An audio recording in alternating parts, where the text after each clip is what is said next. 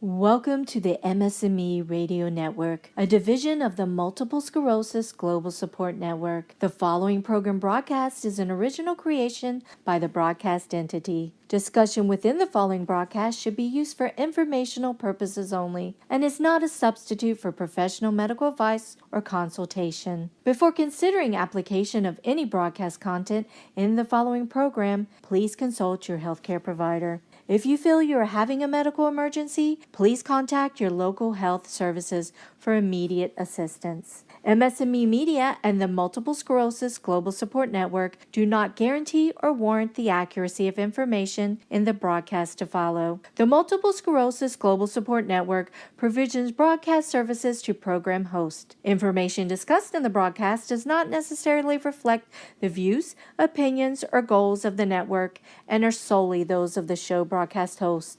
Should you wish to host a broadcast, please visit our website at msmemedia.com and submit a request to become a program host. We thank you for listening to the MS&Me Radio Network. Enjoy the show. Hello, and welcome to another broadcast of Ugly Like Me. You are listening to Jamie Tributitis on the MS&Me Radio Network. We are sponsored, powered by the MS Global Support Network, 24/7 internationally. And as always, I give a big shout out to my sister in dreams and getting these big things done, Erica. Thank you, Erica. You make me dream big every day, and I'm grateful for that. I was gonna be all upbeat and fake it today, but I can't fake it today. So with that said, this episode of Ugly Like Me is dedicated to Jessi Zazu Warner from Those Darlings. Jessi was a huge influence on me musically at first. It's just like a sort of fun thing that this person and I, dug together. And then I don't know, in the past years since she's become sick with cervical cancer and become an advocate for women's health, I connected with Jessi in a totally different way, and I believed that she'd be on here speaking with me about women's health rights and how to fight for our rights. And I got the news Wednesday that she passed Tuesday, so she was only 28 years old. 28 years old. And wow, I bet, Jessi could play guitar like it was like she was playing something inside her that had to get out. I don't know how to explain it. She had these big doe eyes, and she'd look, and I'd want to climb inside her eyes. I don't. I think her art confused me in a way, and that's why I loved it, because I loved her, and it was such a complicated feeling for somebody that I didn't know, except through their art, that I don't know. But then she got sick, and so she was so close to me in sickness, and I really thought she was going to be on the show, and I had no idea that the rug would be ripped from under us last week. So I do want to say, though, I was reading an interview today, and I think Jessi, she was interviewed, I don't know if it was MTV, and she was interviewed, and I think she said an exact same line that I've been saying over and over for years.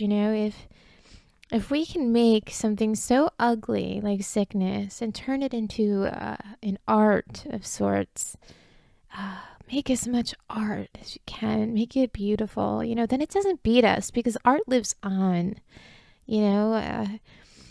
yeah, my heart will stop beating, and the vocal cords will go down, and but my art will be there, and it will share, and it will inspire, and it will do great things for other generations and people who feel lonely, people who don't have health coverage. They don't have someone to love them through it. Uh, Jessi was so much like me, and in the end, I felt very protective of her. I was 14 when she was born, so uh, I couldn't really grasp that she went at 28. And she was so full of life, like all the art she created in the last year. And she would show up for a band rehearsal, and her band's pretty much like decimated, and it's the last 10 years of her life, and she's confused, and she's just with her buddy Linwood, and they're gonna put out another album, and she's got two art exhibitions, and she just got out of chemo, and she's dragging her butt there with like her bags and her books and her whatever. And Linwood was joking, like, nobody ever has the right or the excuse to not show up for band practice again, because Jessi said it pretty high. So it's weird. I used to have this battle inside me, cancer versus MS. I used to wonder, like, I had a friend, a Reverend Molly, who had, I don't know if it was called sarcoma, Ewing sarcoma. It was a tumor in her lung. She's brilliant. She went to Yale and Brown, and now she's in Berkeley, California, preaching the good news. And she's so full of love and light. But she started this sort of blog to go through it. She's the most optimistic, full of joy, light person.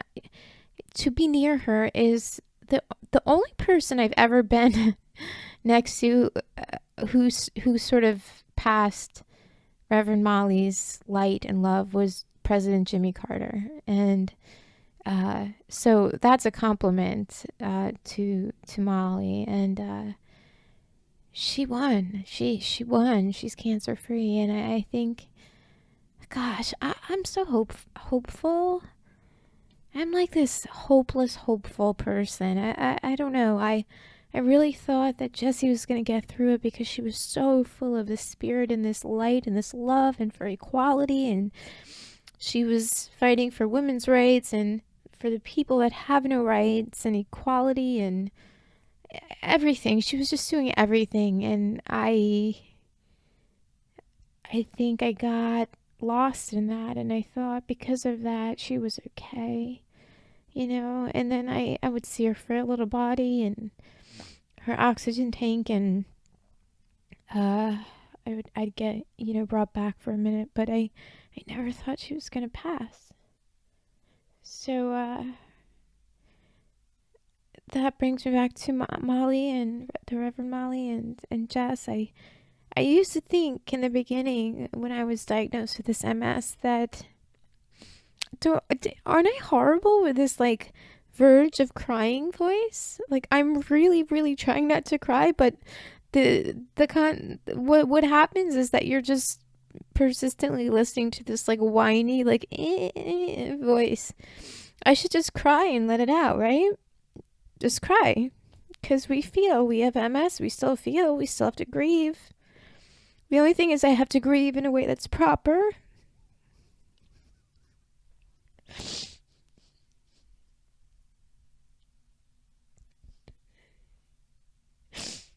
I have to grieve in a way that's proper and won't hurt me. And I can't stop the Jessi grieving. Like, I keep having nightmares and about her body, and just screwed up things. So but every night I fall asleep to her singing and to just looking at videos of her so I could see her eyes, because her eyes help me so much. So I used to have this idea that, like, in the beginning, I was like, well, I wonder, like, what I'd choose, okay? If I could choose door number one and it was cancer, but I had a chance of beating it someday, I could get through it. I had a chance. It might be ugly, it might not be a good chance, but there's a chance. Or would I choose this, like, ever sort of worsening of symptoms called MS? And I don't know. I was never jealous, of cancer patients. I just wondered, would I gamble on it? And gamble on just being free of it and not take MS, or would I go for the MS door? And Jessi had cancer and Molly had cancer. And I still have MS, right? And it's still getting worse. So I just gotta tell you this, though, like, the friends that I have who have beaten cancer, they're never free of it. You're never free. You're constantly, like, in this, like, up to 5 years sort of percentage table chart, and then, like, there's always this fear of remission. Like, is it ever really gone? Like, did they get all of it? And so, you know what the truth is, whether you have cancer or you have MS, you're not free, like, in that sense, like, you're never truly cured, and also, let's say that you're cured and it's never going to come back, and you were told that, like, it's never ever going to come back. And people are told a lot of scary things, by the way, like, just kept hemorrhaging over and over, and they kept saying, oh, well, I can tell you it's not pregnancy and it's not cancer. Nobody would listen to her, and they would do the pap smears. They'd say they were fine. So she tried to go to Planned Parenthood and get a different thing. She was rushed to the hospital. They sent her home. They dismissed her. After she went to the Planned Parenthood, her gynecologist called, and there was an opening in the office, so they took her. And that was the day that she was told she had stage 2 cervical cancer. And again, stage 2, I just thought, it sounds earlier, I mean, you do really start at stage 0, but it wasn't stage 4. But I'm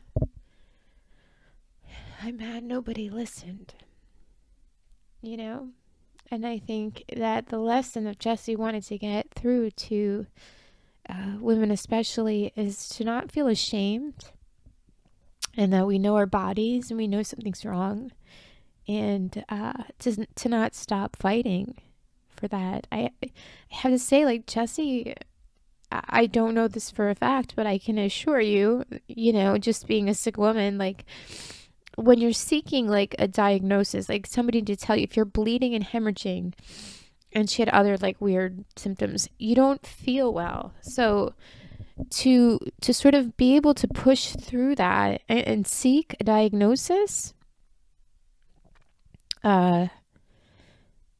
it's, I don't know, you have to have a whole lot of fear in understanding that there really is deep down something wrong, and that's enough to sort of will you forward. But it's hard. I mean, you're tired, you don't feel well. And she kept going, which meant she had a whole lot of fear that was fueling her forward. She knew something was wrong. So my prayer for other people is that you learn from Jessi in this light, and that you fight for your rights. If you know something's wrong with your body, listen to it. I knew something was wrong with me, and nobody would listen to me, and then somebody did. And I think in some ways it's made me like a hypochondriac, because I don't know, especially with the latest lesion and the referred pain in my neck, and feeling like something's there, and the breathing issues, and you just feel like, so there's something else now, and now I feel like there's something else. And you know what, there was a time when I thought something was wrong and everybody said there wasn't, and there was. So you sort of keep repeating that pattern, like, well, something must be wrong again. And it's kind of a crappy way to live. It's no way to live. And Jessie's thing was that she wasn't afraid, ain't afraid. And she wrote it when she was very afraid. And that fake it till you make it stuff really works, by the way. It really, you might be afraid, but fake it till you make it, you know? And also, I think that the thing I learned the most, you know, I see myself as an artist uh, in different ways and different times. I think, uh, you know, you go through different phases and chapters, and people that, you know, once filled up your life are gone, and new people fill up your life and they inspire you in other ways. And I think I thought I was an artist in one medium, and these new people, these new artists and the love around me has sort of shown me that I actually have a capacity to do other art, which I never thought I could. So I I have to say Jessi was one of those people. You know, I mean, she just constantly was challenging me to look deeper and to keep going, keep making it art. You know, especially when you're in pain, and you don't want to go forward, and you want to give up. Because there are a lot of giving up moments. And I'm ashamed to say that, because Jessie's was so much more acute, where like she'd have like these bouts of uh just these bouts of, you know, realizing she probably wasn't going to make it. You know, I don't have that like imminent acute I'm not going to make it. I have that like I'll probably be 80 years old and somebody will be picking me up and putting me in a chair, and I don't know, I'll have a feeding tube, and I don't, it's a very different type of urgency to make the art. And I noticed that, you know, it's like she knew, like she kept saying she was going to live, but she filled up that last year of life with like this urgency, like to create as much as she could. And I can't wait to hear the music that she made with Linwood, and I pray he puts it out. Uh, and I pray that I stop, because I'm getting a little kooky with the morning. Everything we feel really zaps us of something somewhere. So me, it tends to be my spine. So I know that this hit is a direct hit on me. You know, the more I feel, that she's gone, I probably the more I'm taking away from my own time, and I don't care. I don't care. She was 28. I think my life started at 28. I had a lot of demons I had to conquer until I was 28, and then I met my husband, and this whole world opened up to me, and it's a world that she's not going to get to see, and it really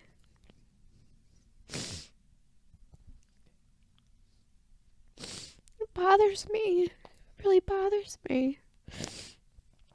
I kept thinking of her mother this morning. I was up at 4 in the morning, and I was thinking, what's her mother doing? Like, how is her mother hurting because of losing your kid, man? Her mother's also an artist, and I pray that she's filling this hole up with art. They did a mother-daughter exhibition not too long ago, and it was about really about her experience with chemo, and watching other people battle. And it's really cool, like boxing gloves, like each survivor she sort of made into their own art, and named the picture after the survivor, and like their boxing gloves might have flowers, different patterns, flowers might be growing out of them. Just beautiful art. And the art is still on sale if you want to buy it. It's Jessi Zazu art. Zazu, and Jessi's with an I. If you haven't listened to those darlings, you should. You should. You should watch them go from like country to alt punk uh, to whatever it is they were.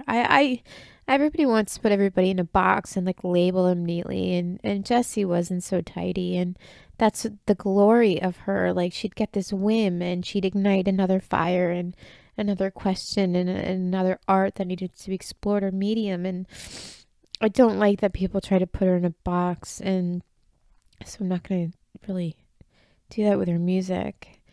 But you should definitely check out those darlings. And cancer sucks, man. Cancer sucks.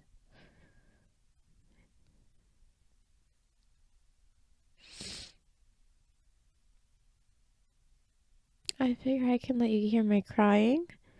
I can let you hear my whiny voice where I'm trying not to cry, where I'm like,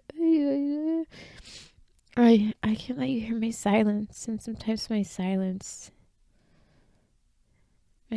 can be very mean. It can push people downstairs.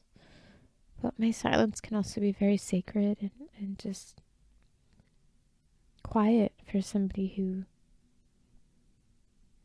deserves a moment of quiet. Jessi, you have no idea how you changed my life and the life of the ill and women. And I was really, really dumb to think that I could have you on here. But I think that just makes me a dreamer like you, because I think that people like you and I just kind of don't see things as impossible. Nothing's impossible. And I kind of learned that when I got sick, you know? So, in a way, I see sickness as a blessing in some sorts of ways. Like it opens you up. There's nothing left to lose, so you just fight, and you'll do anything. I would create anything. I would do anything. I have to sneeze. I don't know what that last sneeze is. Tony and I call it the backward sneeze. I'll probably weigh 110 pounds, and I sneeze like a 500-pound man. Like we're all go flying across the room, but lately they're getting a little daintier. But then the last one, usually it goes in threes. The last one will be like this backwards, like suck inward out sneeze. I don't know. Sorry. God bless me. Thank you. I was talking about Chelsea, and I don't remember what I was saying, guys. What I was saying was that, you know, sickness in many ways made me a dreamer. It made me so much like Jess, and that I'm dumb enough, like I have this blind sort of naivety about me that I don't see how difficult things are until I'm in it, and then I'm just too proud to stop it, and I won't stop it. And that's how Jess was, and Jess though, like I didn't feel connected to her in a way when she was a musician in the same way that I did when she got sick, because I was just like a Toolbox fan, you know, like a dorky groupie fan that dug them. And when I was in France presenting the children's book with Zoe Bowie Sings Despite All Things for kids who love someone with a sickness, I was alone, and I wasn't supposed to be alone, and I've never felt more alone in my life. And I had those darlings, the t-shirt, and I would sleep with it. I don't think I really slept because I was just so lonely, but I just put her shirt on over everything else. Like I think I had like 8 layers of clothes on, but I couldn't find any peace until I had that shirt on. So yeah, this is a whole lot of nothing, but it's a whole lot of something about a beautiful dreamer, a beautiful artist, a beautiful soul, a beautiful light. Gosh, what she did before she was 28 was way more than I've ever done before I hit 40. So Jessi, Zazu Warner, I love you, baby girl. And I'm distraught, but I'm not crying every second. See, I'm gonna start crying again. I'm not crying every second, Jess, and you'd be proud of me, and women deserve better, and we will keep going. And I am so, so blessed that our universe, that they crossed, you know? My heart now is with your family, totally with your family and your loved ones, and I mean, if I'm this upset, I can't imagine how everybody else is doing. So my prayers are with Linwood and Nikki and your mom and your father and your two brothers and your community and Nashville. God, what are you doing, Jess? Sickness sucks. And you know what? Sometimes you need someone to say that. Sickness sucks. Because you know what? I'm like this poster girl for optimism all the time. It gets old. You know what? Sometimes I get upset. Sometimes I cry and I let it out. And sometimes people are so beautiful and so worthy of my my sadness, you know? It's like paying homage to them, and I will do it anyway. So you don't always have to be the optimist, which is a song by those darlings. You don't always have to be an optimist. Okay? God bless you, Jessi. Listen to those darlings. I want to curse, but this is family friendly.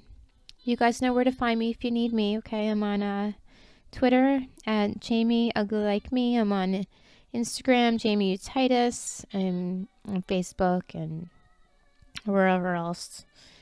God bless.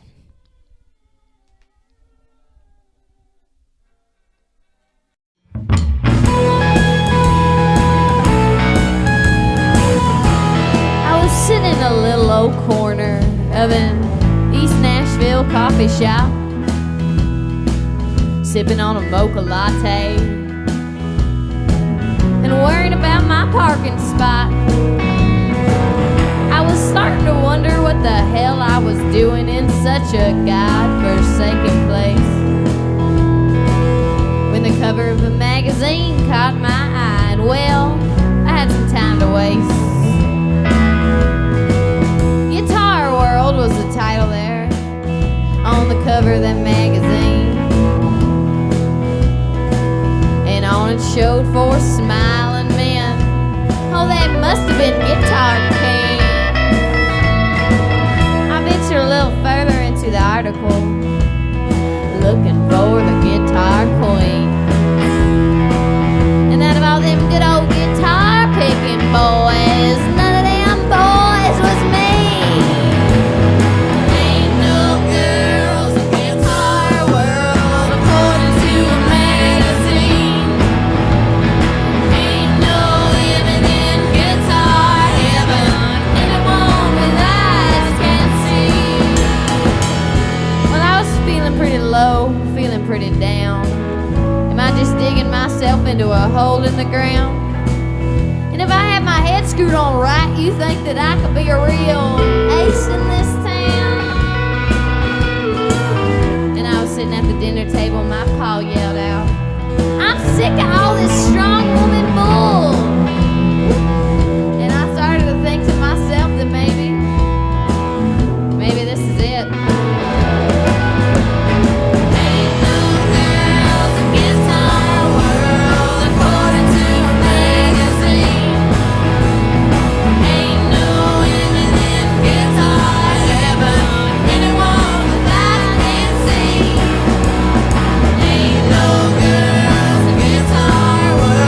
According to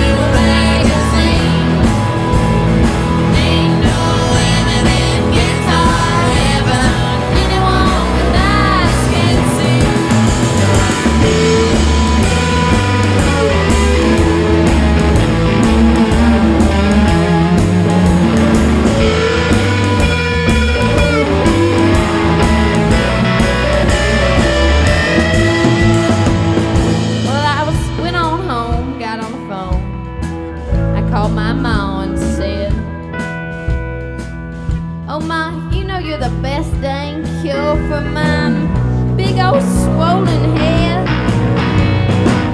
And do you remember how you always used to tell me that I could really